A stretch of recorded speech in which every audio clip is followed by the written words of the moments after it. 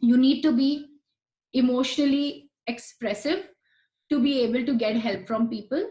You need to sometimes allow yourself to be weak and allow yourself to, utter the words and say, I can't handle it by myself.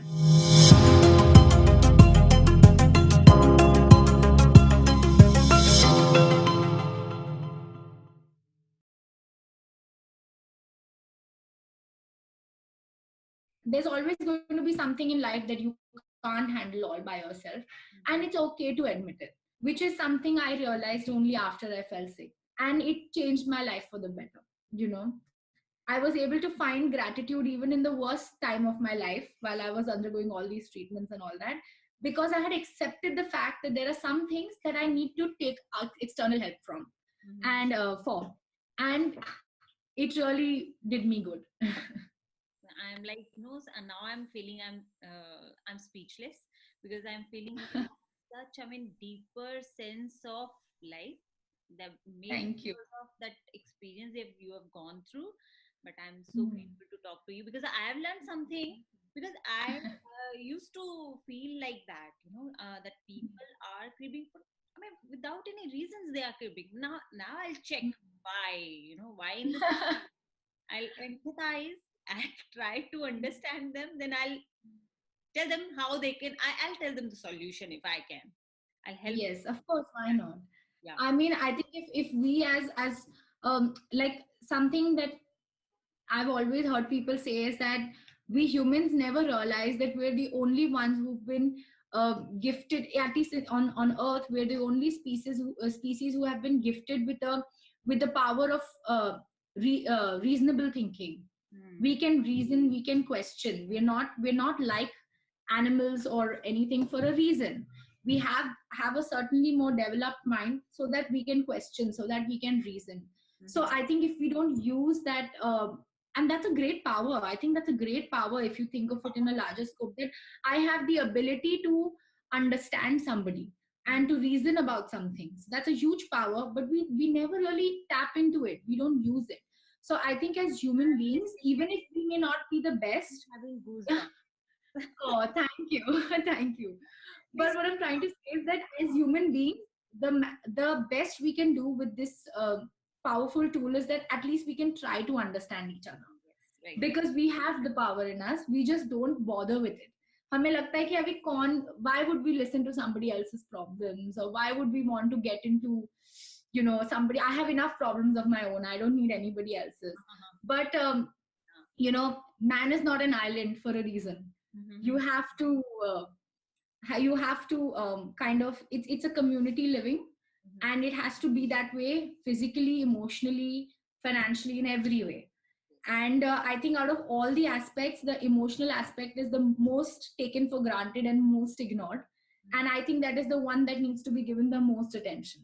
Mhm. So I think, like you said, maybe if we can't help them directly, at least we can try to understand them, Yeah. and at least make them realize that there's somebody out here who's at least making an effort to understand where you're coming from. Now I'm one of them. Yes, I'm happy. Okay. Do you want to give any suggestion to such friends so that they can heal themselves through their own mind power, through their emotions? How can they work on their emotions? Do you want to give? Yeah, of course. I'll tell you something. There are two, three things I would like to point out here. Number one is that please realize if that you crying is not a weakness. First of all, Mhm. to some extent, you are allowed self sympathy also. To some extent, you should be allowed to look at yourself and say, I wish this hadn't happened to me. Hmm. But at no point should you be saying, why me? Hmm. Okay, because I think it at it's another humbling experience for me was when I first got diagnosed. My first reaction was, why me? I have been a good person and I have been healthy and whatever. I've done everything right. So why me? I don't deserve this. Hmm. But when I started going to the hospital for my treatment, Okay. I would see 5-year-old kids, Hmm. 6-year-old kids, 10-year-old kids, and even infants who are there for the similar illnesses that I've been going through. Hmm. And I felt, I'm complaining, but why them? I mean, they're just innocent little souls and they're suffering too. I mean, what kind of bad could they have done to somebody in this life for them to suffer? They're only 5 or 6 or 10, whatever. And that's when I realized that as much as you're allowed to cry about your bad life condition, you shouldn't sit to question why this happened to you, because the moment we go into that loop, there's no coming back from that. So, and coming to that, from that, point number two would be, try to find gratitude in everything. Mm. I have personally found the power of gratitude to change my life and manifest things that probably at one time only felt like an impossible fantasy or a dream. But gratitude, I think, should be that strong root that I was talking about, should be only based on gratitude. So for example, even sometimes people would tell me, how can I be grateful? I'm in hospital, I'm suffering, my health's not good.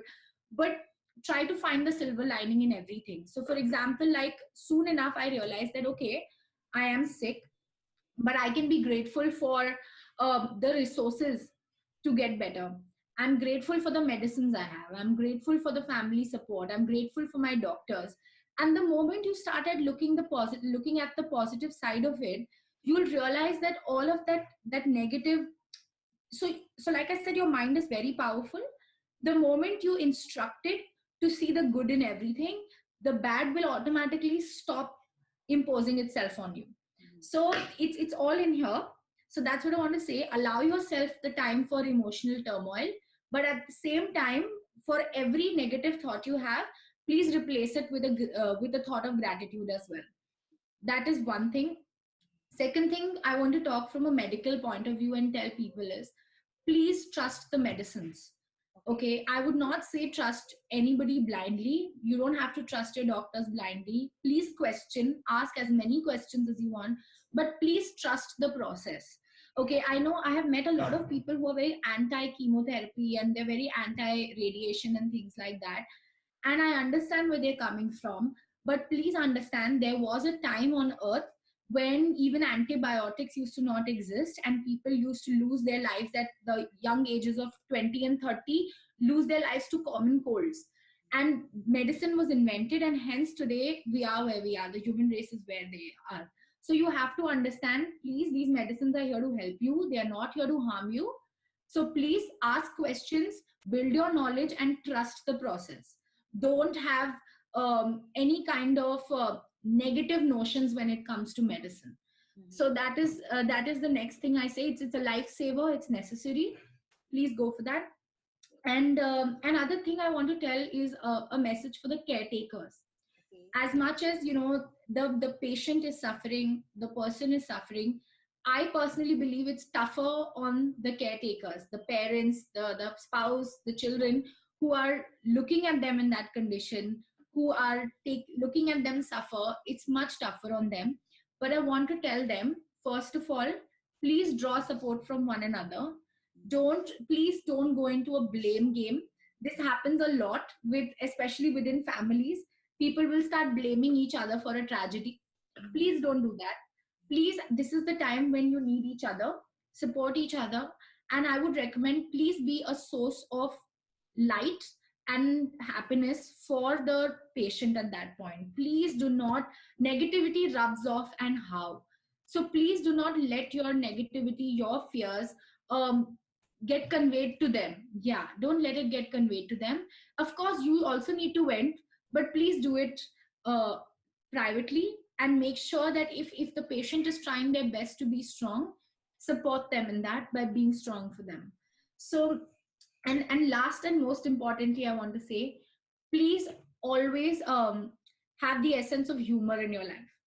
Like I said, I like to try to find the silver lining. Also try to find humor in every situation that you're there in, because I think a good laugh can cure 100 illnesses. That's what my belief is. So sometimes all you need to do is just give up and just laugh about it.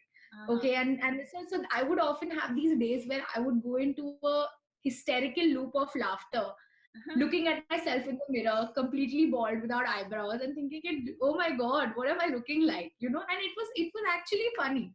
But you So, look very pretty, I tell you. When thank you. you are beautiful within, your beauty comes out, and the other person looks so beautiful, and you are, why? Because you Thank you. from inside. Thank you. Thank you. So yeah, in a nutshell, these are like the three or four things I would tell people is that be grateful, always have humor by your side. Even if it just means watching a comedy show or a movie, do it, but have humor in your environment. Caretakers, please take note of your own emotional health before you try to be support for anybody else. You know how they say in airplanes, wear your oxygen mask before helping others. So that's what I want to tell. Yeah, that's what I want to tell the caretakers. And of course, lastly, allow yourself to cry. As Okay. much as you are forcing yourself to laugh, allow yourself to cry. It's not weakness, it's strength, and it's important. Mhm. So So these now are my. so strong enough to deal with next coming years and all. I don't want to say hurdles or situation. Do you have any 5 year, 10 years plans from now on for better future? Honestly speaking, after this experience, I have stopped planning. Okay. um I'm not not in favor of making big plans, Okay. because I often believe that our plans can get severely uprooted overnight. And that's what upsets you the most, that I had all these plans. I was going to be CEO in 5 years, or I was going to be a mom in 5 years. I was going to get married in It was my goal to get married by the age of 25. These goals, um, it's good to have a vision. I'm very much in favor of that. I also have my personal visions, but I don't have 5-year plans or 10-year plans to fulfill them anymore, because my experience has just made me extremely grateful for each moment that I am living. Okay. And my personal belief is to now take each day as it comes, and just believe that whatever happens happens for the best. Okay. And while yes, I have goals, I have not set any preconditions to them, Okay. that if it does not happen by so and so time, I'm going to be devastated. No, I know, I have faith that what I want will someday come to me. But I've stopped setting any conditions to that. I'm letting the universe do its job. Uh-huh. Uh-huh. Okay. So what you do whole day, like when you get up in the morning, what you do and till you sleep? Okay, so yeah, another thing is that I think from my experience, another thing I learned was the importance of spirituality. Okay. And by spirituality, I do not mean religion, because even though I have my own faith and I have my own religion, I am largely a religious, and I believe in following practices from every culture, every community, every religion. Whatever suits you, whatever works best for you, whatever teachings you find best, you should adopt them. Mhm. So but yeah, I did become very spiritual. My faith in a higher power has increased after my entire experience. So now my daily rituals are very different from what they were before. Before, I was very earlier back then, I was very mechanical. It was a very typical routine. You wake up in the morning, you get dressed, you go to work, Uh-huh. come back home, probably meet a friend or just watch TV, go to bed. It was a very mechanical day in, day out routine. But now I make it a point to always start my day with spirituality. Okay. Okay. Just the way sleeping or resting replenishes you physically, I think Okay. having some sort of morning ritual, whatever it may be, whatever works for you, even if it is just, that you wake up, you close your eyes for 10 minutes, and you just say thank you for this beautiful morning. Mhm. Even that by its sense is a spiritual daily activity. It's still spiritual. If you look at the sun and you say thank you for shining today, it's still spiritual and it makes you feel better. Exactly. So now I make it a point to start my day with a ritual like that. So I have a little prayer that I do. I'll probably I read the Hanuman Chalisa now, which I used to not do earlier, but it's just something I like doing, so I do it. Sometimes I chant. I have recently adopted Buddhism into my life, and it's very recent. So I started chanting slowly and steadily. So all of these tiny exercises have become a part of my morning, Okay. and I think they make me much fresher and they kind of charge me for the rest of the day, especially given the nature of the work I do. It's long hours, it's high stress. So I need that kind of rituals. Besides that, I have made it a point to try and be grateful, consciously be grateful, and say thank you for whatever it is that has made me feel good throughout that day. And I do that even before I go to bed. So even if I have had the worst day at work and I've been yelled at by the client, or I've had any kind of, I've not met my deadlines, there may be 100 things, but then I'll at least come and say that, huh, I'm so grateful for my bed and for the ability to go to sleep. So these are some rituals that I have incorporated, and I'm very I'm very pro that. So I would recommend everybody to have one ritual of gratitude, or whatever their version of spirituality is, which they should include, at least start their day with, because it really makes a difference. It changes your outlook for the rest of the day. Very nice very nice. आज मुझे ये लग रहा था अमृता कि मुझे बीच में मैं बोल के डिस्टर्ब कर रही हूँ। I shouldn't have talked a single word. No I should. No, please. In fact, I think I really overspoke. No that was so amazing. जो आपका एक्सपीरियंस है उससे आपने अपने आप को स्ट्रांगली उसमें से बाहर निकाला, and then you are able to help people, and I hope अब जो भी ये इंटरव्यू सुनेंगे वो इस बात को समझेंगे that if you are grateful for whatever you have in your life, आपको of course वो सब चीजें हेल्थ सब ठीक हो जाती हैं उससे, right? Thank you, Kamna ji. Yes, thank you. And thank you so much, Amrita. Thank you for having me, and I'm happy to be of help to anybody who needs it. Thank you so much. I'm so Thank you. Thank you. Enjoy your weekend. Yeah, thank you so much, Amrita.